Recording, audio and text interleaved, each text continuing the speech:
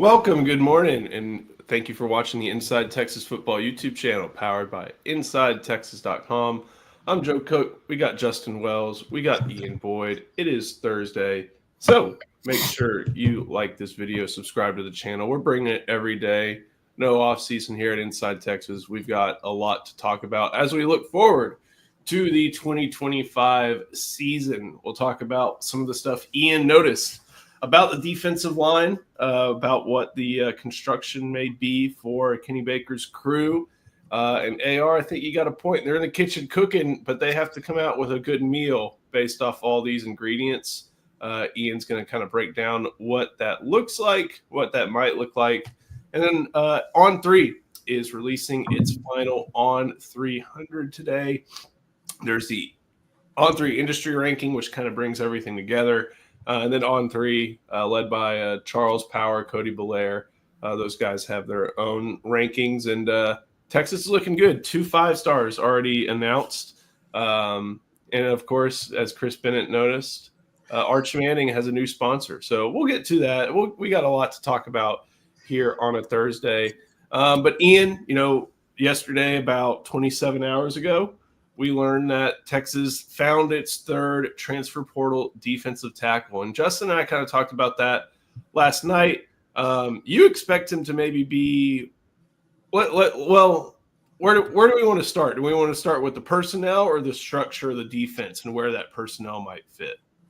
Let's get the nitty-gritty structure out of the way, and then we'll get to the fits. All right, so real quick, can we acknowledge that Ian has some Bama bangs and that I'm actually – you look good, brother. You're looking good. I took a shower and it's still drying.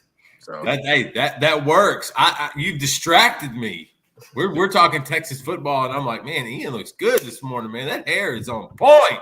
If you ever seen that clip of the walk-on running back who I think he's now like an offensive coordinator somewhere, Rob Lazar, doing the Saban impersonation. That's kind of what Ian looks like, talking about the ducks in the yard and stuff like that. But all right, sorry about that. Pete Kwiatkowski, he's got a base 3-4, but because so many teams run 11 personnel with 1 running back, 1 tight end, 3 wide receivers, a quarterback, and 5 offensive linemen, you don't see a ton of base. So Pete Kwiatkowski has a 2-4-5. He calls guys like Colin Simmons and Barron Sorrell linebackers, so that's why they're in the 4. The 2 are the 2 down defensive linemen, and Ian, each of those guys have very specific roles and fits in Pete Kwiatkowski's defense. Yeah, I like that you mentioned that it's a base 3-4, because whenever PK is like choosing his defensive tackles and who gets to play, he's thinking more from like a 3-4 mindset, even though they end up playing mostly 4 down looking fronts. So like when you think 3 down, you think space eaters and guys who are eating blocks and holding the point of attack. Right. And that's exactly what Pete Kwiatkowski wants from his defensive tackles. If they can rush the passer, that's good. But the edges and the linebackers do the heavy lifting in the pass rush. So he's not looking for like Warren Sapp, if that helps anybody. Or I don't know who he would take an Aaron Donald for sure. Let's say. But he doesn't need an Aaron Donald. It's not like a 4 down where you want those types. Okay, then he tends to build like 2 main platoons, and he'll play a bigger anchoring guy and then a faster disruptor. Go ahead. You're muted, Joe. You're muted. Can you put names by those roles? Yes. Okay. So this is the counterintuitive part. Well, actually, that's the next step probably. He'll put like a big guy like a Tavondre Sweat with a faster guy like Byron Murphy. He'll put Ojimo and Coburn. Lole and Norton. Lole and Norton and Brodden and Collins. And Collins was actually the bigger anchor guy, and Brodden was the faster disruptor. Then the other part that's unique is that not always, but a lot of times he'll play the bigger anchor guy as the 3 technique. and he'll play the faster, disruptive guy as the nose tackle. And the reason he does that is because the main goal is to stop the run with your tackles. And so he wants the bigger guy at the 3 technique because that's the strong side of the formation. So when they try to double the 3 technique or run to the strong side, you got your Somebody big, else is open. and then you got your faster guy on the backside trying to shoot the gap from behind. But they both get double teamed. If you get washed out by a double team, it's hard to play in this defense at defensive tackle, which is important when you look at the profile of the guys they took. All the guys they took are enormous. They like doing that. I think all of them are listed at least at, you're not growing your defensive tackles with this crew. I think they're all at least 310 or something like that. Canoe is the lightest. And I think when Hayes tweeted his announcement, he said he was 315. That kind of tracks. Shaw is a big boy. And Brevard are both big boy. Both those guys are, in the 330 range. But before we fit all the transfers, Justin, there's still another guy who's going to be a sophomore that also fits into this equation as well when we're trying to piece together the 2025 defensive line. Yeah, and what's great about him is throughout the season in 2024, later in the season, we saw this guy. He was getting run early in the year, but he got a lot of early run with the ones, Arkansas, Florida, Kentucky, especially Ohio State, and that's Alex January. Like, to me, Alex January is the guy that's got to take that next step. He was the one that they developed, one of the youngest players still in the program. I mean, the kid was 17 when he got to Texas. He started as a defensive lineman at Duncanville when he was 15. We saw some of that burst. We saw some of that playmaking ability. And I think, you're bringing in a lot of veterans, a lot of guys with skins on the wall. Alex January is the one that you're developing. He's the one that's the moldable clay.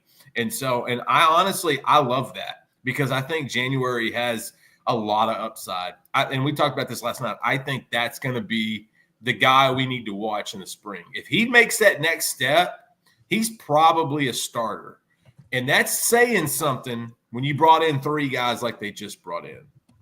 And starting is a relative term on the defensive line because they rotate so many of those guys. They play 4 or 5 of those guys to keep them fresh, to keep their snaps down, keep them ready in the fourth quarter. But still, if you're getting regular run in that rotation, you're one of the guys. Alex January is one of the guys. And just so he's not lost in the wash, and not to say that he's going to be in this rotation, but he's a name. Melvin Hills was on campus, and he's listed at 305. And I think we all thought he was maybe kind of struggling to get past 280 when he arrived. I saw Melvin on the sideline before the Ohio State game. He looks different. Yeah. His face looks completely different. Facial hair changed the way that kid looked, and he'd gotten a little bit bigger too. I'm interested to see what he does this spring. So we may not see him crack that top 4, however. And if we do, that's a great sign. Exactly. Yeah. So, but the top 4, let's go ahead and put them into categories, into those roles, Ian, and what it might look like with assumed top 4 of Shaw, Brevard, Canoe, January. We also have to, there's the caveat. Hills could make a leap. They could bring in another in the portal. They're probably going to bring another one from the portal. And then one of Terry, Sharma, and Charles. I wouldn't be surprised if they saw similar snaps like January saw this year. So where do you fit maybe that top 4 for this upcoming season? I almost think that Terry is going to end up in the 2 deep. We'll see what happens when they double team him in the spring. But he's so talented and freakish that I think they may end the price tag. I think you just want to get as much bang for your buck as you can. But we'll see. We'll see what it looks like. I get a Roderick Wright vibe from Justice Terry. When he came in his class, I believe it was 02, there were a lot of other big guys, big boys on the defensive line, but he cracked the rotation as a freshman. If y'all remember, he wore number 61 his freshman year. He didn't even get to choose, But if Terry can have some sort of emergence, kind of like Roderick Wright did in that first season, I think that's the best. That's one of the most ideal scenarios. So, all right, let's go latest. Hero Canoe. The reason he's available is because he's an anchor and he's not a real explosive, disruptive guy. So I don't think Ohio State was all that excited about what he'd become in Columbus. And I had talked to Ohio State writer, and he was like, yeah, he was a rotational nose tackle. He was pretty much a jag in the system. He didn't say in this system. He just said he's pretty much kind of a jag.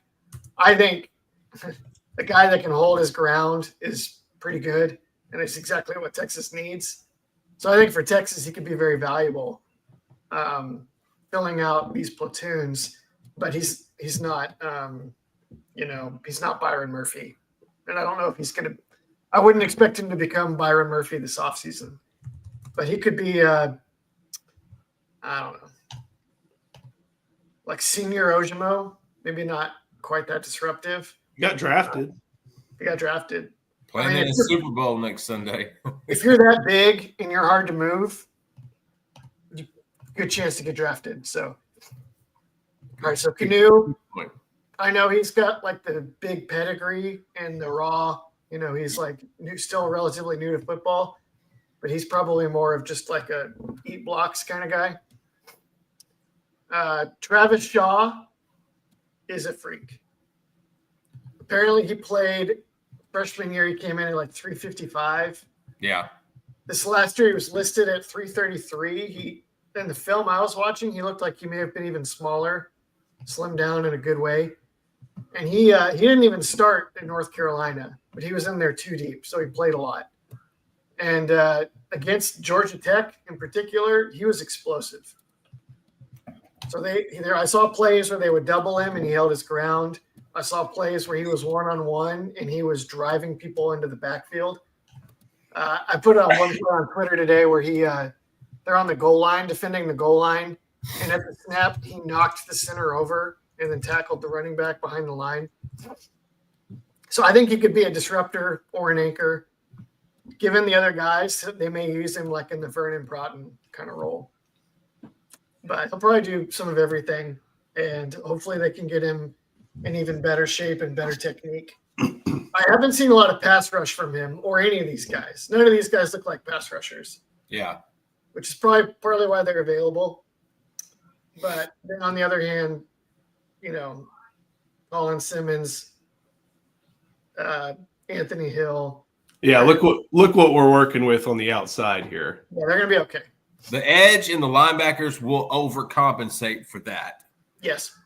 Yeah, and especially if you go to Inside Texas, you can check out something Eric just wrote, roster audit on the edges. I mean, you lose a guy who's tearing up the Senior Bowl right now in Barron Sorrell, and you still have someone like Ethan Burke there, Colton Vossick's there, Lance Jackson, who we'll talk about a little bit later. He could factor in there. On the other side, Trey Moore's back. Colin Simmons is back. Zeno Umeozulu, I think he would fit more at Jack. Aragbo is going to take some time, but you have a lot of different options, and I think what we discussed with January is a little bit applicable to Vossick as well. They put him in during the Peach Bowl. They put him in, I think, against Oklahoma, and maybe there was some retribution there at play, but they still trust these guys, and maybe there was an aspect of a slight aspect, like 1% of looking to develop towards next year, but they're going to be fine pass rushing. And Justin, guess who coaches the pass rushers at Texas? Man, I like him. His name is PK, and he is wonderful. Exactly. Before we go any further, got to show a little bit of love to one of our sponsors. All right. We got Cole Brevard. We haven't done Brevard yet. Oh, well, let's get Brevard after the break. We'll go through, but first we got to show some love to Game Time. If you are looking for tickets for the big game, make sure you head to Game Time. I looked through them, and you can find out where You will be viewing the game, seeing the game, being able to take in everything in Louisiana Superdome if you so chose to head to New Orleans for Chiefs versus Eagles. But for any event, whether it be, hey, Ian, there's a wrestling show coming to the HEB Center in Cedar Park before too long if you want to take the whole backfield up there. If you want to go see Texas Longhorns basketball, a concert, Stars, Mavs, Spurs, Rockets, baseball season's coming up. So if you want to go see any event, a concert, anything like that, go to Game Time. Go to gametime.co. Use the promo code ON3 and you'll get $20 off of your first purchase. Terms apply. You get to see what the all-in price is, so you're not surprised by taxes and fees at the very end. And like I said, the best feature, you get to see what your view is before you even press purchase. And that's always a nice luxury. So go to Game Time. Use the promo code ON3 for $20 off of your first purchase. Terms apply. Justin, what time is it? It is game time. All right, so let's keep on going. Ian, you said we've got Brevard left to go over. What does and Justin and I talked about this last night. There's a Purdue On3 site, Black and Gold. We communicated with them about Brevard once he was in the portal, and they had nothing but great things to say about him as a person. What might he bring on the field? I think he's a Bill Norton replacement. Paul thinks he's even a little better than Bill Norton. I think a little more agile. Maybe. He's very difficult to move. He's pretty quick off the ball in the run game. He's not another guy. He's not like a big pass rusher, but he is hard to move, and he's also not that easy to like. I've seen a lot of snaps of him at Purdue where he was able to maintain a gap laterally when they were trying to like outside zone block, which some of our viewers may remember, like Sadir Mitchell, teams would try to run right at him last year when he would play, and he was unmovable. But Florida ran like outside zone on him, and he like got caught way behind and couldn't keep up laterally. Brevard is much, much better in that regard. So he's like probably somewhere in between like Bill Norton and Keandre Coburn, and very similar to those two guys. It's a good one, Ryan. Yeah, I see this. Like, you have to make sure with the way Texas is they're trying to go for it every year, that you can be average, can be. In the SEC, I don't know. You can be average in the Big 12. I know. SEC. But I think he makes a good point. You won't get blown off the ball with these guys. No, he does. He's right. Especially with the way how much they pack and how much they've shown. Anything else before? There's a couple good questions from AR. Anything else, Ian, on how this might fit together? Didn't you put together a couple twosomes that you think you might see, at least as we know the depth chart to be now? I have an early guess on it too deep. Maybe just to sum up, they did a good job of finding guys that won't let Texas get pushed around in the A and B gaps. I don't remember the last time that Texas could just be blown off the ball at defensive tackle. 2021. No, I don't think so. I think they had other issues. Like on the edge, they could get blown off the ball, but like inside, not interior. Not in the interior. I don't remember. I honestly don't remember a time when Texas could get blown off the ball in the interior. That was like 375 sweat. He wasn't getting moved either. I think you'd have to go all the way back to something like 2017, 2016. No, I think like 1999 or something before. Look, the defensive line has been a staple of strength throughout the 2010s, but there have been a couple. I think 99 they had. I think 99 they had Hampton, so not 99. 17 was fine. 99 had Casey Hampton and Sean Rogers. Yeah. And Cedric Woodard, who got drafted. What are you talking about, Ian? Before like sometime in the 90s. I honestly have never watched a Texas team where it's like the other team's going to run inside zone for 8 yards a pop. Like you see that at other schools where it's like, good point. That's a good point. Okay, so here's my expected too deep. I think Shaw, and I think he'll play with Canoe. I don't know. I think Brevard might be a little better than Canoe, but I might put Brevard on that second unit to boost whoever plays with him. January, Terry, unnamed transfer. That'd be my guess right now, and we'll see what happens, in the spring and whatnot. What do we think about this one? Thank you, AR, for the super chat. Y'all think the reason these guys aren't considered pass rushers has anything to do with what they were asked to do at their respective teams? Canoe wasn't asked to do a whole lot, and it's let's be honest, it's hard to pass rush when you weigh 330 pounds. Well, not only that, but you weren't designed to pass rush in that defense. I think Knowles had JT Tumanillo and Jack Sawyer out there to do that bidding for you, and they did it well. Exactly. I think Ohio State likes their tackles to get up a little bit, but I mean, 3rd and 8, it doesn't really matter what scheme you're in. Your job is to go get the quarterback.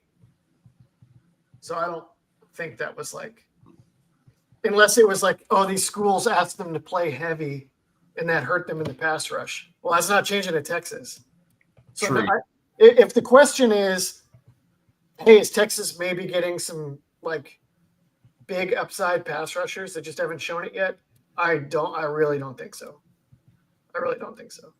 So here's a good question from AR, and we'll go through a few more questions. What do you use in your third down packages? I feel like Canoe or January, right? Because wouldn't they use Byron Murphy at that nose in their third down packages that season? I would guess Shaw or Terry. Again, depending on what we see from Terry, but yeah, I would think one of those two. Maybe Canoe. Ian, what would you think if they ran more of dime as their base in 2020? They're not going to do that. Not in this league. Would be cool though. Would be a good. It would be cool. They don't have enough safeties, and they have too many solid linebackers. Let's go ahead and see. Let's go through a few more questions while we're getting through here. Going to try to keep it in the defensive tackle slot first, and then we'll go into some of the wider issues. How important is it to pick up one more portal at D-line? Every D lineman is important. Yeah. You can't have two. You said it last night. I've printed it on a T-shirt and been selling them outside. You cannot have too many defensive tackles. Not in college football, not in the NFL. Heck, not even in high school. Can't have too many. And they will. I would say. I think I noticed when I was watching Ohio State, they do not rotate that much. I noticed that too. Tyleik Williams felt like he didn't come off the field. Maybe that's why he was run down in the fourth quarter. Yeah, they don't sub much up there. I think it's the weather. Ryan Day and Chip Kelly made a big deal. I think it was them about slowing tempo down. There's that, yeah. Because I know complimentary football can either be oh yeah, or this sucks, but they wanted that defense that has Sawyer, Tumalau, Downs, Ransom to be fresh for the length of the season. And I think you saw some of that from Sark as well. The SEC though, you're playing in the heat through October. And so I think it's even more important in the SEC to have that depth on the D tackle, because it's not like the Big Ten where you can get away with ball control and not rotating. And big boys get better when it gets colder. That is a known fact throughout football. When it gets colder outside, those big boys are a lot better and a lot more active. Yep. Go through this one from our guy, Charlie. Burke can't steal snaps at the 3, right? Not on standard down play, I feel like. Right. I'm sure he'll play there a lot in the third down package. He's what, 270? He looks bigger than that. It's because he's tall. Yeah, he's a big boy. Maybe you throw him out. I don't know. I think he's been on such a good curve for Jack that I don't think you want to mess that up. I think replacing Baron Sorrell is going to be much more of a task than people think. I'm with you. Yeah. I mean, the consistency is just off the charts with that kid. Didn't Vosick just have surgery? He had shoulder surgery last Monday. Yeah, so that hurts too. A little He's bit, like- yeah. I mean, I would feel really good with Burke and Vosick there, but it feels like Vosick keeps getting hurt. I think Zena's got a frame to slide into that spot in another year. I think he needs another Yep. year. Yep. But my goodness, the growth that kid has had, he looks bigger than Neto. I mean, and I know he's not, but I mean, just seeing him in the last few months on the sideline, Zena's a kid I've known for a long time. Every time I've seen him, his neck muscles are getting bigger and bigger. And it's like, that's the frame we always talked about. There it is. He's a first off the bus champion type guy. I love some Zena. They did last year. They liked to play. They would mix in more 3-down, and when they did that, a lot of times they'd use the jack as a 4-eye defensive end. Yes. Old So school Greg Ellis. Sorrell was good at that because he's strong. Burke was actually pretty good at that, so that's good. They need one more guy that can do that. I Obviously, think Lance Jackson, that's going to be his role. yeah. Like I his don't know body if he frame is already more further along than Sorrell was 2 years in Austin, too. I don't know if he'll do it as a freshman or not, but honestly, No. I'm talking about it's going to take a year. I do not think he's going to do it as a freshman. I he think might. I mean, it wouldn't surprise me though, just because he's so right. I'm not trying to kneecap him. I'm just saying Yeah. I think it's going to take at least a year. And I think that's one of the reasons they got him in as fast and as early as they possibly could, because they understand, buddy, you're on that Baron Sorrell growth curve, and we need you here ASAP. And All think right. about this too for Lance. As big and as strong as he's been, he's never gone through a football offseason in his life. Never in high school. He always went to baseball. And that's where he was for the last 3.5, 4 years. And so this offseason is going to be huge just to sort of transform him. I'd love to see him. I guarantee he's going to get on the field as a freshman, but making an impact, something like Sorrell, that's going to go into at least to his sophomore season. Let's go through a couple questions. Big T, sorry it took us a while to get to this one, but who's going to be the bigger back in the 2026 class? Justin? I mean, I think there's one candidate, right, in Crowell, but Well, there's a couple. The big boy on the board is Amari Latimer. He's the one I think toting the most pounds. And Texas would ideally they're going to get 2 in 2026. They want a speed guy and a big boy. Latimer kind of fits that big boy. But, man, the other guys are Crowell's kind of in the middle. Like, I think Crowell could be either one. I think he's a 20, 25 carry a game type of kid that can do that. Obviously, Osborne and Edwards are more of your speed types, even though those boys aren't small either. Those are both pushing 190, 195 right now. But your bigger back, I think ideally is Amari Latimer. But with Crowell reclassifying, I think that has reshaped the running back board, and it is going to be very interesting how that thing happens. Go to Inside Texas. We had a story earlier this week about the domino effect at the 2026 running back position, and I think that would answer Big T's perfectly. got this one from Ryan Nelson. What did y'all think about Jahdae Barron in high school? Did he go to camps often? He came from Pflugerville Connolly, which if I'm looking through some Max Preps schedules right now, Pflugerville Connolly by no means is a power in the Austin area. There are a lot of other schools ahead of them in the pecking order. And I think Barron was also played the what I like to call the go in the game position for them. So he had athletic traits, but I don't think he was very big on, I think he was a rural recruit to a T, like athletic, smart, wasn't specialized at a position.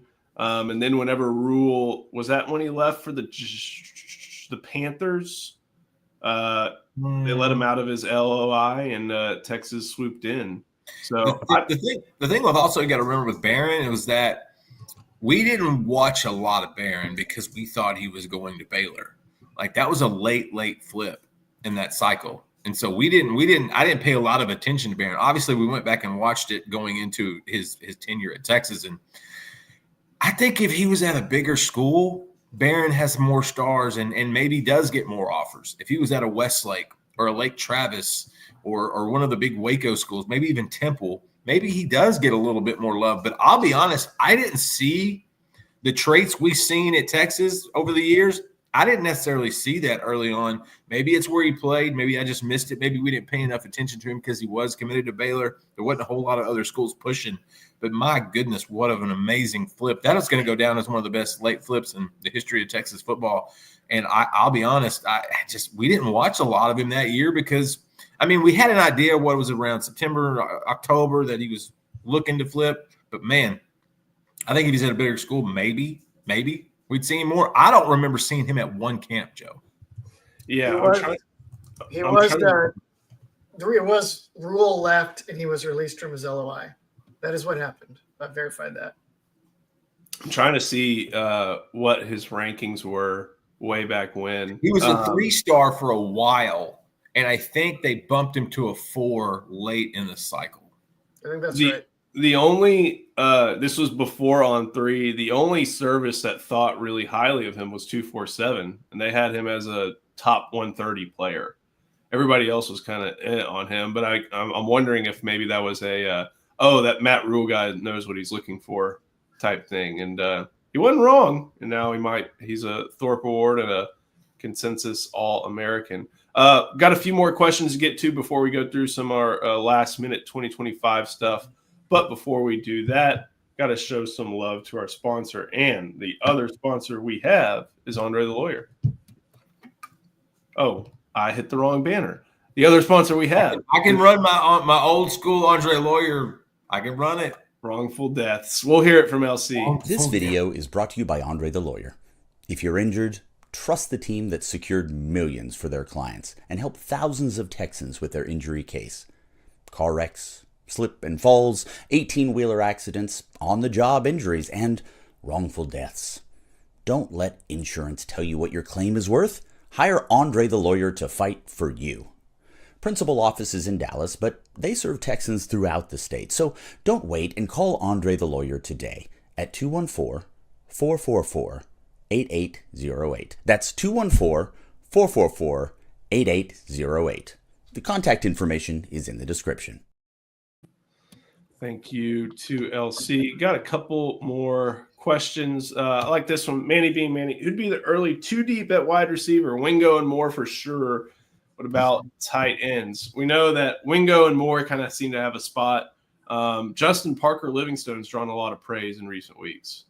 Yeah, and for good reason. Sark loved this kid coming out of Lucas Lovejoy. He's long. You want some length on that outside spot if you can, and he can do that, and he can giddy up and go. I think Parker's going to be one up for a big spring. Aaron Butler, I'm telling you, man, every time we talk to people around the program, his name gets mentioned. You know, he played some scout team quarterback during the playoff run for the team, and they said he was unbelievable at doing that.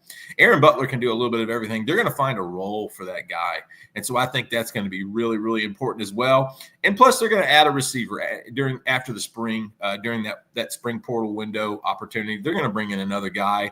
Probably won't be a number one, but he's definitely going to be one of the top rotation guys. And so that's where I'm thinking about wide receiver. I'm going to say this.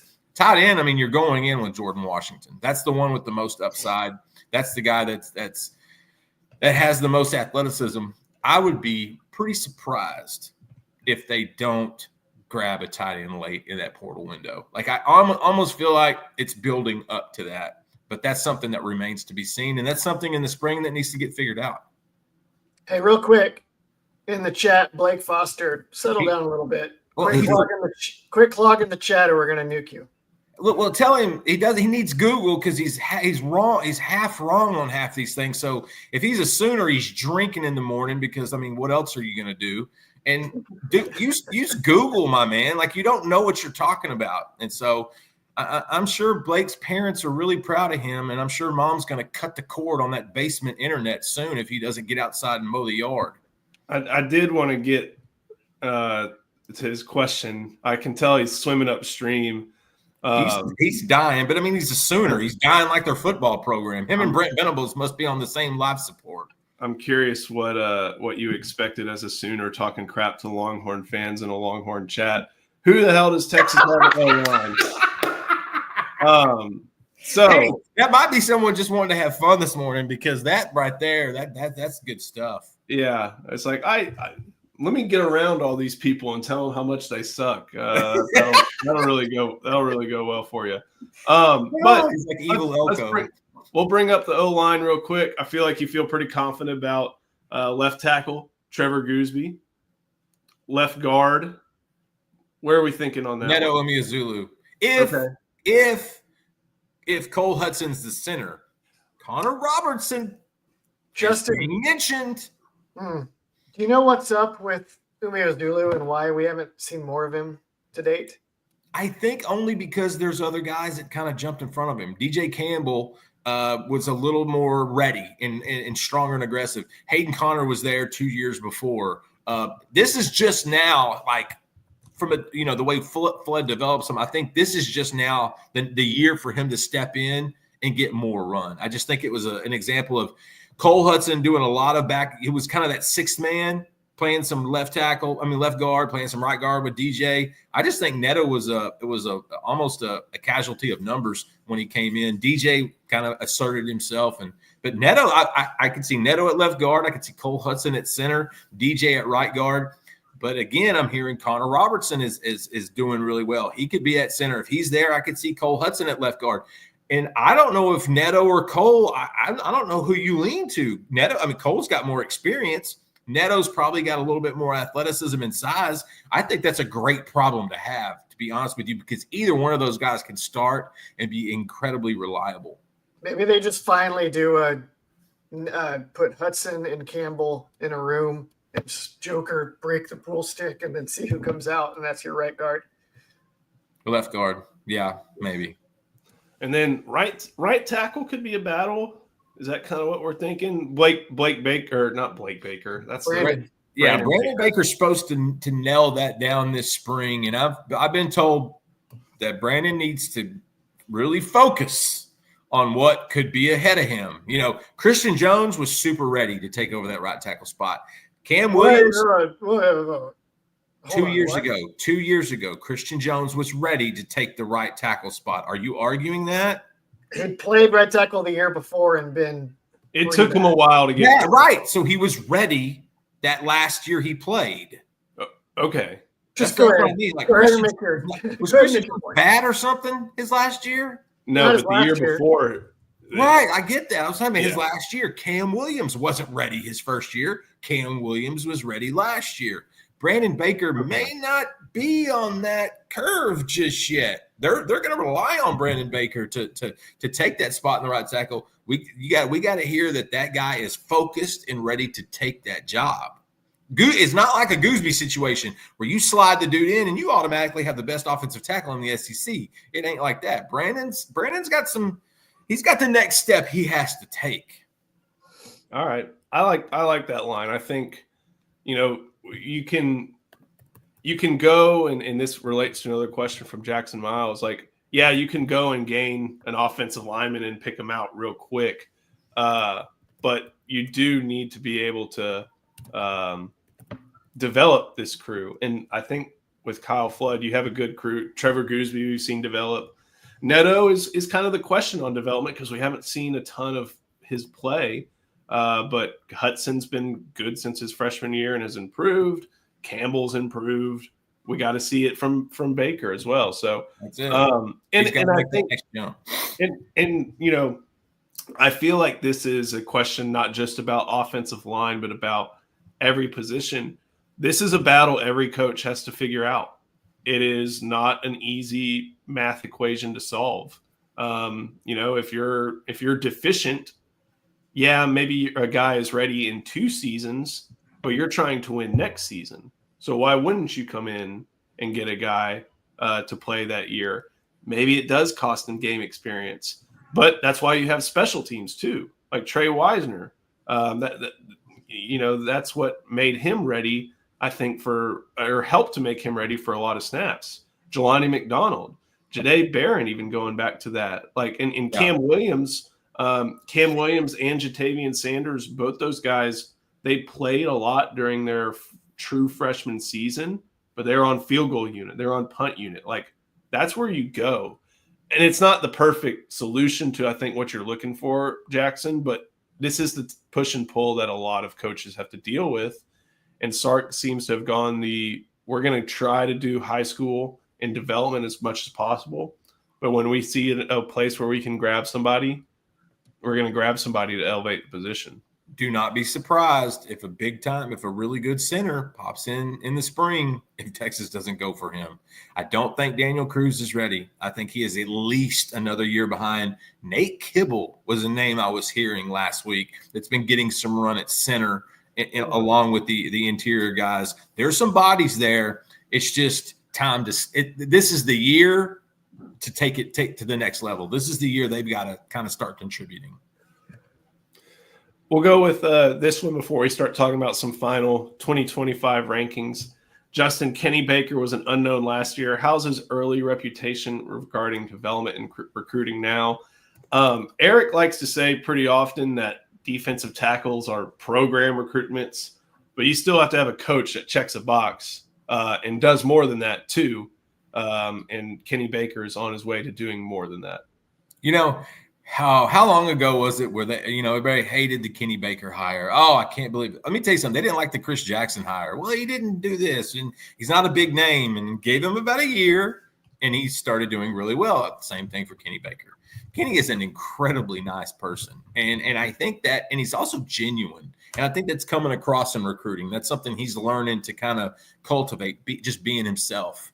I'll say this: when they bring in a defensive lineman from the portal just to talk to him, just to take a visit, Kenny knocks it out.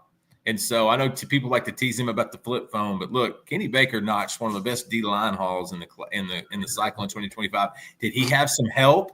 I'm not naive. Of course he did. It's Texas. They're going to help you get some big boys, but you got to have a guy to move those guys around, and they love Kenny Baker. Those players in that locker room love Kenny Baker, and I'm giving Kenny credit when it comes to Alex January, because he doesn't. I don't know if he makes that jump. I don't know if he gets further behind with another D-line coach because he was a freshman and because they already had so many guys there and guys that they brought in from the portal. And so Kenny Baker is doing exactly what he needs to do. He needed about a year to get his footing, and now he is absolutely killing it on the 2026 recruiting trail. He's got a lot of D linemen, including Jamian Winfield out of Richardson. That's the priority guy in state. Kenny has solidified that foundation with that recruitment with his family. I think the Horns look tremendous already in that recruitment. Kenny Baker, man, if it's a flip phone, that thing is flipping good. Ian, anything to add on that? No. I'm with you there. All right, let's move on to the other thing. That's like that old Gile, like our boy Malays would say. That old Gile. That old Gile was in East Texas yesterday. Hey, where's he? Isn't he at U of H now? Houston, yes, he is. He is back. I met Oscar Giles as a D-line coach at Houston in 1999, 98, 99. And so he's made his rounds. I think he's been a D-line coach at Houston 3 separate times. You want to hear a very interesting old Gile. Do you want to hear a very interesting piece of trivia I uncovered the other day? Do you know who Oscar Giles' nephew is? I think I do, but please. Jaden Greathouse. I think we knew that. Honest to God, I think we knew that. I was looking up Jaden Greathouse on his Notre Dame profile just to see if there was I think I saw another Greathouse recruit, and I'm like, I wonder if there's a relation. I see uncle is former Texas defensive lineman Oscar Giles. Hey, like, what? Speaking of Greathouse, I love getting a text message from our boy Toadvine who meets a Greathouse and goes, "Any chance this guy's related to Jaden?" Yeah, that's what I was looking at. I don't know that. But that's interesting. I think we heard that about Giles maybe a year or so ago, and just the most that is such a random fact. I love that. Yeah. And Homer brought it. You use the flip phone because you will not conform to society. You're not going to bend to the will of the people, the iPhone generation like me. You're going to stay with the flip phone, man. I guess we can do this one real quick. Ian, do you have any big thoughts on Bo Davis? I'm curious how this next year goes at LSU. But recruiting, there was a big disconnect between what Bo Davis was doing and what Texas needed or wanted, and definitely put them in the hole. Looks like they're going to be able to claw their way out with transfers, but I don't know. Hey, Oscar Giles is the one that built that defensive line that Texas has been loving on for the last 3 years. True. I don't think he was worth Texas retaining for over $1 million a year. That seems. And a Bo spot Davis, on the roster. Yeah, that's and I think I'm very interested to see what LSU does, because it's one of those like, well, it all should work. Yeah, it didn't last year, but maybe it will this year. They signed some good guys. They signed some guys that, unfortunately, we're very familiar with. Exactly. But let's go to some of the guys Texas did sign, and some of them have even been given 5-star status. One lost, and we'll have to wait a little bit because the full rankings, I think, come out at 11 a.m. But they're On3 does a 5-star countdown, and number 32, 5-star, Elijah Barnes out of Dallas Skyline. And this is someone I looked it up when we were when I was putting a little story together about this. He was in like the 120s, 130s about a year ago in this cycle, and he worked his way up. And now, Ian, I think he's the top linebacker in the nation and has earned 5-star status for at what he's done in his high school career. I'm struggling to remember what I thought of his film. Let me help you out, Ian. Yeah. Nobody had better senior film. Nobody in this class. The jump he made from his junior to senior year, and it started week 1. I think it was late August, early September game. Maybe it was week 0 game, maybe even a scrimmage. He was diabolical. And we thought, okay. And it kept on and it kept on. That kid did not just settle when he committed to Texas. He committed to Texas and then decided, I got to get better. I got to do more. Some kids, we see it all the time. They kind of settle once they get their spot, once they get that ranking that they're happy with. Mr. Barnes did not.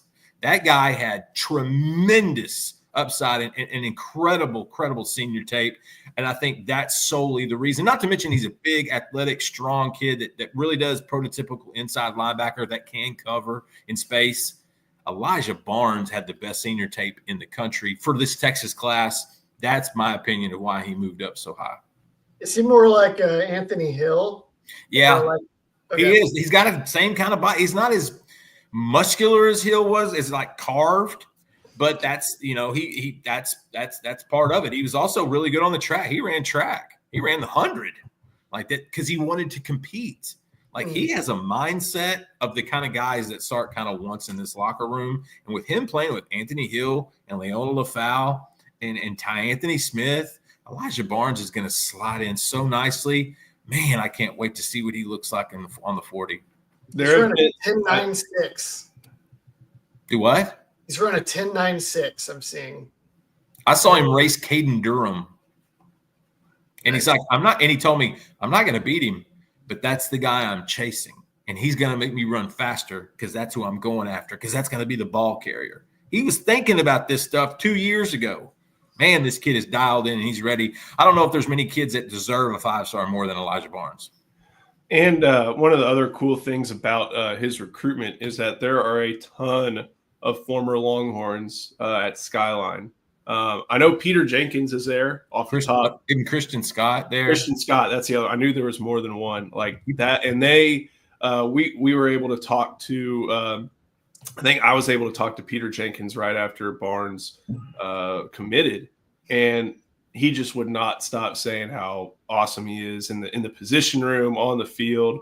And this is a Skyline program that is unfortunately, not as strong as it used to be. But Elijah Barnes, his father, is Elijah Senior, right? I believe anyway, so. They've been a great family, great to deal with, and you can tell that there's football character there, and there's a lot of great groundwork for what should be a really strong career. The 5-star countdown does continue on through recruits, but a few more Longhorns have heard their names called as a result of earning 5-star billing. This guy already have 5-star billing, and that is Cade Phillips, number 21 overall recruit in the country. I think I don't think that's much of a change. I think he was actually he was either right at 21 or he may have been ranked 23 right before. And Justin, a little bit of a topsy-turvy recruitment, but Texas gets their guy and an incredibly fast player in the end. Yeah, the beginning of that recruitment to the middle part, it was all Texas. I mean, you could talk to him, his dad, people around the program. It was all Texas. And then all of a sudden, LSU popped in, and then what was it? A week later, he commits to LSU, kind of sight unseen, thinking, man, Texas was trending for this guy. And it was that. Remember, it was kind of part of that summer swoon that I think Texas fans have gotten used to when it comes to Sark and recruiting, because in early July to early August, Texas doesn't really push for many guys, and everyone else does. And so Cade Phillips goes to LSU, but Texas, honestly, the day he committed to LSU, they still thought they were going to sign him. They said it's temporary. They were right. Terry Joseph and those guys played their cards right, and they stayed in touch with him throughout the duration of it. And there late when they flipped him, it was not a surprise because Texas doesn't stop recruiting. It doesn't matter if you commit somewhere. It doesn't matter if you say you're shutting it down. They're going to evaluate you the whole time. The biggest thing for Cade, he wants to play corner. And I think early on there was some miscommunication about potentially safety, maybe some star. Cade wants to play corner, and Cade can play corner. And once Texas solidified, look, we like him at corner. We actually need him at corner. I think that's when it started to dial it back towards the burnt orange. And ultimately, Cade Phillips is a kid that's going to come in. I don't know if he's an impact kid as a freshman, but we're going to see this kid on the field pretty soon on the 40 acres. His track times are pretty impressive. He has a 24.7.5 long jump. He was bronze medalist in the 6A long jump in the last season. Damn. He's got a 21.5 200. Whew. And he was on the High Tower 4x1 team. So this guy's athletic and he's tall. I think he was listed at let me find out. I know they had a final. He's about 6 foot. He's about 6 foot. I think it was Texas listed him at 6'1", maybe 178. Yeah, that's pretty. He was pretty skinny. I'd say he's in that 6 foot range. But I mean, this kid, what is he? Still 17, maybe just now 18. He's going to grow, and he's going to be a good looking corner. And this looks like someone. You can leave this guy. You're going to be really confident that this guy can play boundary corner. I feel like. Yep. Oh, because he does like to hit. Didn't he play safety in high school? Wasn't that a part of the evaluation? Because we had only seen him do stuff at safety, and he came up and brought a hat from that spot. He's definitely one of the prospects. I'm glad Texas was like, you know what? Let's go along with what he's looking for. Yeah, he was worth it. In the NIL era, Cade Phillips was worth it. How does something like that happen, Justin? I mean, like you're so maybe Texas is so dead set in its evaluation that it's like, no, you're a defensive back. I feel like that's what they kept saying. Like you're a defensive I think it's back. The feedback you get from any particular parent, player, coach. I think it depends on the feedback. It reminds me of the Michael Terry recruitment. They weren't necessarily seeing eye to eye early in the cycle last year with Michael Terry, even though Terry absolutely loved Texas, wanted to go to Texas. That was his dream school. They weren't really seeing eye to eye. Well, it took some later evaluation. This is why Sark and guys take time. So by the time May and April and June roll around, they start watching tape and they're thinking, We're overthinking this. He doesn't have to play outside linebacker. We can't be so rigid. We got to be more open to him. Once they had that conversation of, you know what, I think you could actually play some offense. We actually think that there's some spots here you can fit. Everything went Texas direction from that point on. It's probably a little bit similar with Cade Phillips. You just got to read the parent. You got to read the player. Some kids, a Terry Bussey, could not care less where he's playing. Does not care. You know where he told me he wants to play? Where the coach plays me. And you've got some of those guys. But then you have the other ones that have kind of a little more dead set on what their vision is and what they want. And that there's nothing wrong with that. And Cade Phillips, look, the money you make at corner is different than you make at safety. Let's not get it twisted. Without a doubt. I think in that I know there's always been some franchise tag battles that make that very, very interesting. Ian, anything on Phillips before we get to maybe my favorite recruit in the class? Not really. He stood out for just being big and being able to get the ball out of the air, like you're saying at boundary. He's a big physical guy. Under Armour game. Under Armour practices. Homeboy look good. All right. Let's go to the fun one. Jonah Williams, already on campus, already in Jim Schlossnagel's baseball program, number 15 overall prospect, which almost seems a little low. I think Chris Bennett was asking about an injury. He had a collarbone injury, which it sucks. It knocks you out of your senior year, but all that just heals with time. It's pretty straightforward. It's not like a knee thing or anything like that. So he's with the baseball program right now. Our guy, Evan Veith, covered Schlossnagel's press conference from last week. And you can find that on the baseball tab on Inside Texas. Talked a little bit about what Jonah's able to do. But, Ian, this is a guy who, at safety, just moves different with how big he is.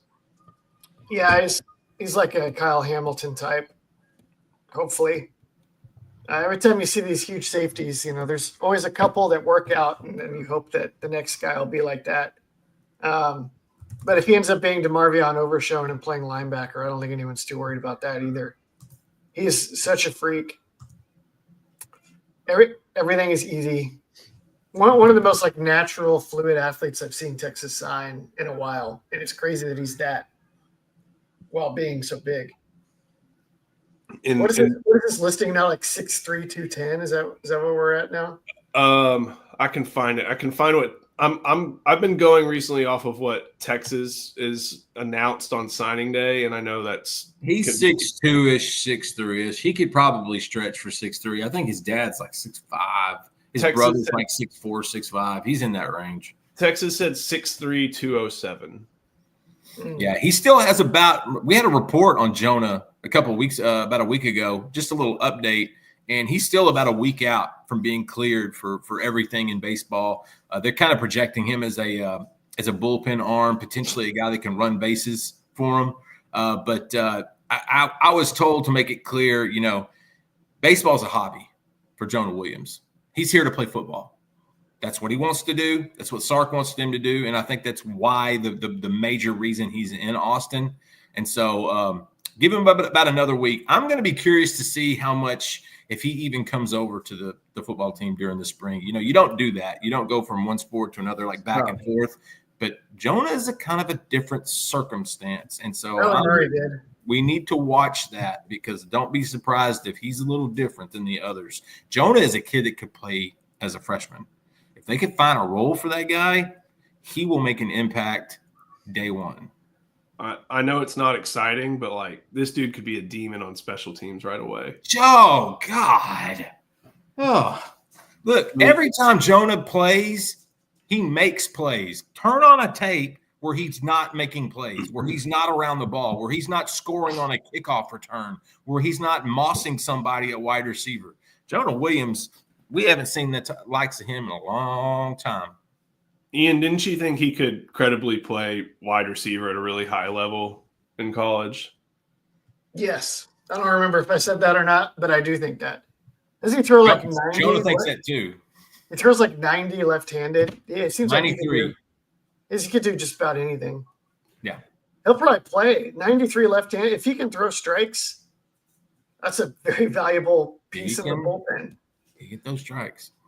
Should be pretty fun. And I think the bullpen's always something. I got to vamp for like a minute because I think our next edition is about to pop up as far as Longhorns in the on 300. So I don't want to preempt. Hey, wait a minute. Before you go on your vent, Chris Bennett says Shea Marin was the last Longhorn to do it both successful. Okay.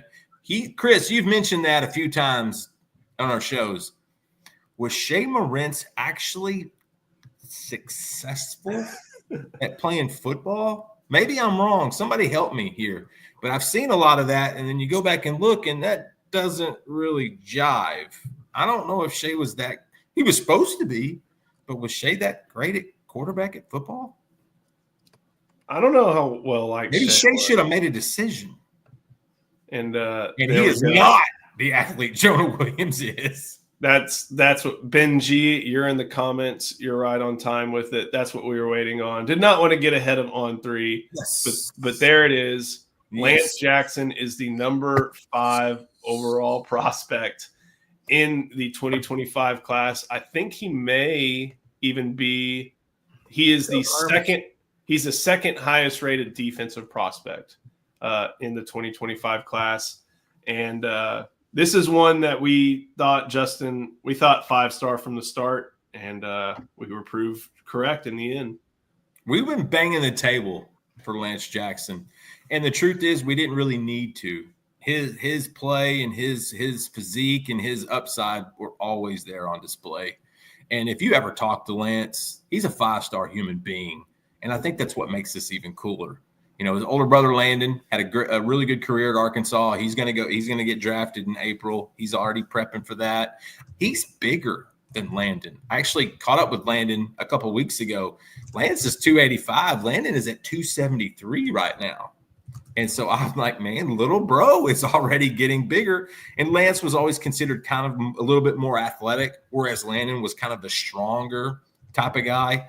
Lance is just there's I could spend 20 minutes on Lance Jackson just to understand he's going to play as a freshman. I think he'll be impactful as a sophomore, and I think he will shine as a junior. And that's his trend line, and it's been that way since 8th grade at Pleasant Grove High School.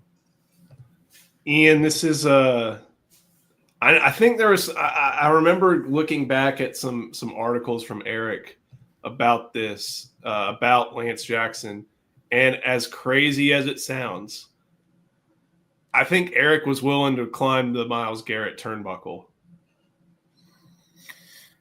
The only difference was Myles was like a Greek god physically. Like Myles just did not look. He looked like a cartoon, like something you drew a muscular Avenger or something. Like Myles Garrett just did not. You walk into a room and you both realize you use oxygen for survival. That's where the comparison ends with other humans, with Myles Garrett. I can't go that far. And this kid's from East Texas, and I can't go that far. But Eric has been a steward of this kid forever. Give him props. Can he bend around the corner? Yeah. Oh, yeah. Yeah. Then maybe. I mean, I'll differ with Justin and Justin. I mean, Myles Garrett was the real deal. I know, and that's why it's crazy to even mention it. I will say that if you watch enough UFC, you'll find out that what a guy looks like with his shirt off does not always correlate to who actually is got the real power. But of course, Garrett looked like a superhero and plays like a superhero. He's looked like he's had a 12-pack since he was like a 9th grader. He looked incredible at A&M, and he has been the best pass rusher in the NFL for the Cleveland Browns for probably the last 5 or 6 years. I mean, who Okay, I'll put it this way. Myles Garrett can't throw 95 on the mound. Lance Jackson can. So there's some difference there athletically, but I can't put him in the Garrett football program, I can't do that just yet. I can't think of any. It's hard to think of someone who's listed. Texas listed him at 6'4", 276. And you had mentioned you'd heard from him. He's 285. Yeah. So, like, this guy playing Jack is almost ready-made. Yeah. And he fits in every defense, too. That's the other thing. But, Justin, I think the best aspect about Lance Jackson is how, or at least for me, the most entertaining part about Lance Jackson is how straightforward his recruitment was. They don't make many like him. Hey, I want to commit. Okay, cool. He commits. End of recruitment. That was, you know what it reminded me of? The Jordan Whittington recruitment. We thought that could be sort of a roller coaster. Jordan jumps into Texas class, never once looked back. Lance has some of that vibe as well. And I'll tell you another thing that's really cool about Lance. He's not going to have to play 80, 90 snaps a game anymore. He was playing both ways for Pleasant Grove, and he's a great tight end. He was a great weapon, especially in the red zone. I saw that numerous times. Now he gets to focus on his future position, on the position that's going to get him drafted probably early in a few years. That, to me, is also going to be the add to the part that this is his first real offseason in football, and that, hey, this guy's actually getting to focus on one position. All that adds up to just a whole bowl full of wonderful. I think you'd mentioned also that the reason Texas had a great, I don't know if head start's the right word. Was because Pete Kwiatkowski at Washington recruited Landon when he was coming out of Pleasant Grove, and liked him, but Texarkana he offered him. Washington was one of his first offers. And as we've learned, Texarkana to Seattle is not the easiest flight. I don't even know where do you have to go to DFW or Little Rock? I don't know where you go. I think Little Rock can get you there. I just think it might cost you a gold mint. Yeah. It'd be like trying to fly to Lubbock. Hey, you can fly out of Lubbock for $4,000. But there was a relationship there from PK. Pre-existing, and it mattered. It mattered big time because Lance covets relationships, and PK got a head start, like you said. So that was a parlay, and I think you mentioned it was no nonsense, and it was. And I also know that there was some misguided panic when I think Lance went to Arkansas, played at Oklahoma State. Multiple Arkansas games. Yeah, he went to multiple Arkansas games to watch his brother. But I don't think there was ever any risk of the only worry you would have had is if Arkansas was a winning program. And if they had a coach, like, I'm not going to say Lance said this, but if they had a coach that wasn't on the hot seat the last 18 to 24 months, like if they had a real good coach in Arkansas, that could have twisted this recruitment up a little bit. But the fact that a lot of those guys could potentially be dead men walking for the next 9 months to a year, I think that also helped Texas cause a lot. And don't forget, Landon had been bringing Lance to his visits to Texas for years. So Lance had been coming on campus since he was a freshman. In Texas and Landon were really in really good shape. Oscar Giles was the foundation for that recruitment and was tremendous.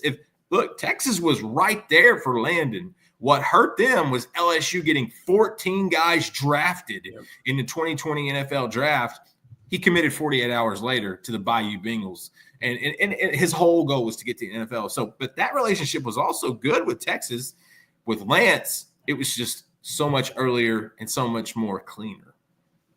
I'll run through the final rankings real quick. Actually, this may be a good thing to throw up onto the screen. Where is it? On 3 recruits. Here we go. So, and let me zoom in a little bit. All right. 32. Oh, there we go. Number 32, Bo Barnes. 31, Trey McNutt, going to Oregon from Ohio. I was about to say, didn't he flip from Ohio State? I think so. Number 30, Isaiah Campbell. Number 29, Andrew Olesh, a tight end heading to Penn State. Number 28, Carius Kern. Number 27, Hayden Lowe. This was Texas liked him, edge guy. Texas liked him. Didn't he commit to, I think, USC and then flip to Miami, something like that? believe so. Number 26, Deuce Knight. That Maybe- kid got paid. That man right there, if you guys need a loan, go to Auburn, Alabama, and call Deuce Knight. He can hook you up. I was always going to be a little skeptical of a Mississippi kid making it to South Bend. And not only in the NIL era, but just there's a lot of states you have to fly over. This one Our was old friend surprising. Kenyatta Watson did a great job on that one. This one was surprising to me because he was like 1A, 1B with Bryce Underwood for a while, Tavian St. Clair. I think they just wanted to decide to stay in state. No, but I mean like rankings wise. Oh, yeah. I'm And with then you. I'm with Here you. he is, Tavian St. Clair, number 25, going to Ohio State. 24, Tylon Lee going to Florida State. Ben Hanks at number 23, a Florida signee. Now we're going to start getting into a little bit of some more familiar names. 22, Georgia, Talon Taylor. Cade Phillips, obviously, at 21. This was an interesting one. It's Jaron still Coos, interesting. second Polutele, went to Oregon, was a Cal commit, flipped to Oregon, going right back to Cal. It's the miniature version, the condensed version of Brew McCoy. Devin Sanchez, number 19. Guys, dropped a little bit. Devin Sanchez and Sark were talking up until a week before he signed. That was something we were watching hard for the last 6 months. 2018, Harlem Berry, no doubt there. Hey, I posted the first thing on Harlem Berry. That's Jamal Charles 2.0. That dude will be a star in Baton Rouge. 2017, Naeem Offord. That was a big win for Oregon. That might have been the guy they flipped from Ohio State, I feel like. It was I think one so. of them. It was one of them. 16, Jackson Lloyd from California, heading to Alabama. Jonah, number 15. Babaloa at number 14. This was a big win for Michigan. I've got a buddy, who I'm talking about, a buddy up at Covers Kansas Athletics, all that kind of stuff. They think he's a little overrated. They think his competition was pretty small where he was at, and they love his upside, but that's not a no-brainer tackle. There's going to need some development and speed of the game for him to be impactful. I think they beat Nebraska for him, and that was a tough loss for them. Yeah. Quincy Porter, I know Texas talked to him a little bit, number They 13. kicked the tires on him. Former A&M commit, Husan Longstreet. Probably the strongest arm in the class. Ian, any Lincoln Riley missives before we keep going? He might be better than Julian Lewis. I mean, is he going to play for them, or they're just going to recruit a transfer over him? Well, they've got what, Maeva? Or did Yeah. he leave? He's there, I think. Because Miller Moss went to Louisville. Yeah, I think so. Miller Moss is And- pretty good. Things Oh. don't. There are more problems in quarterback for Lincoln Riley. Newsflash. Yeah, I don't think that's going to be where the problems are. Right. Michael Carroll, offensive lineman. I think he headed was to an Alabama. IMG kid. This is he and Sanchez are the freak cornerbacks of the class. Pickett Yeah. and heading to LSU. Here we go. David Sanders. This was a big win for Tennessee. No brainer. Best dressed at the On3 Elite Series in Nashville last May. Absolutely best dressed. Best smile. That's a no brainer. That guy's going in the top 5 in the next 3 or 4 years. This one hurt for North Carolina State. I think they thought there was a real chance they could get him just because he's from Charlotte. I think Mac was on the way out. But, Tennessee, East Tennessee is right there when you're thinking about Charlotte, and big win for the Vols. That check cashed. Isaiah Gibson heading to Georgia, staying in state, number 8. He's a freak. Number 7, this one kind of hurts. Michael Fasusi heading to OU. I still love my boy, man. I love him. He'll probably start, right? Yes. Yes. And I he'll do have like- he's gonna have a few bumps along the road, but from an upside standpoint, he is what you want in a program. If Oklahoma is really if they're hell bent on actually building a great program from the inside out, once they're in the SEC, I know it's difficult. Michael Fasusi is an excellent start. He's going to be playing right away, and he'll be fun to watch. We'll be hearing it. He'll be shaking Roger Goodell's hand if all goes right. Such a good person. DeCorian Right, Moore. guys, Bill Bedenbaugh doesn't recruit. Bill Bedenbaugh doesn't recruit, develop NFL tackles if the rating is too high out of high school. That's what I've been told. He's not going to have. You remember that nonsense? Yeah, I know. Yeah. It's one of the dumbest arguments I've ever seen. Keep scrolling. DeCorian Moore. Happy July 4th, everyone. Number 5, Lance Jackson. Number 4, Will Black, heading to Notre Dame. This is the safest recruit in this class. Met him in Nashville as well, Joe. That kid, there is not a safer. If this was the draft, Will Black would be the safest draft pick in this entire class. He looks small though. He's not. I think it's the picture. Hey, so Wallingford, Connecticut. This guy went to 6'6". This guy He's went not to small. This guy went to Choate Rosemary Hall, also the alma mater of Mrs. Meg Cook. So Mrs. Cook, Polly's mama. You've got Will Black, you got Meg Cook, you've got John F. Kennedy, you've got the greats from Choate Rosemary Hall. That's the Mount Rushmore of Connecticut. There's one more who went there. Number 2, did I skip 2? No, number 3, Elijah Griffin. Stud. Eater of humans. Number 2, Keelan Russell, heading from Duncanville. Not a kid. There may not be a kid you root for more. Unbelievable kid and family. Like Kalen DeBoer, he got his guy for the next few years. I wonder if he starts. No. Well, who's the incumbent? Ty Simpson. Yeah, Ty Simpson and Austin Mack. Well, I know they don't trust Simpson. I don't know about Mack. Ty Simpson's been a kid I think they've been trying to get ready for 2 years, and there's something off there. You know who that means that number 1 is? It's not listed. Let's do process of elimination. Bryce Underwood. Hey, where's Justice Terry? He is not a 5-star. And the full ranking is set to come out, I think, in a couple minutes. Did they ding him for not playing as a senior? Probably. But he's still very highly rated. We'll have that report on Inside Texas. But the Oracle check cashed if you're Bryce Underwood, right, Ian? Oh, yeah. That's good money there. He's going to be fun to watch. And think of it this way. In 2027, Texas is going to have to face him. Right? 25. A second year Underwood, yeah. Well, in Austin. We'll see. We'll see. The higher the profile and the more you know about how much these quarterbacks make out of high school, the higher the chance that they are playing somewhere else by the time. Ian's right. I don't know if we'll find better money outside of Ann Arbor, Mr. They may turn the spigot if things don't turn out good. So fair enough. So, all right, an hour and 20.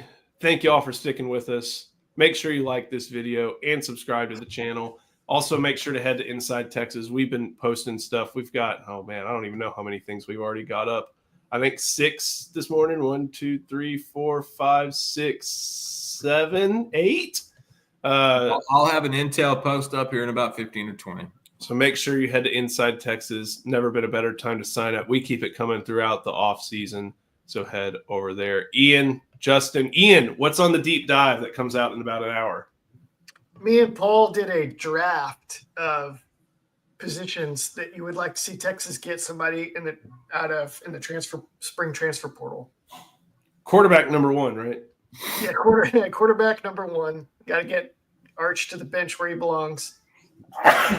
Oh, man. Should be fun. Thank you all for watching. We'll see you next time on the Inside Texas Football YouTube channel powered by InsideTexas.com.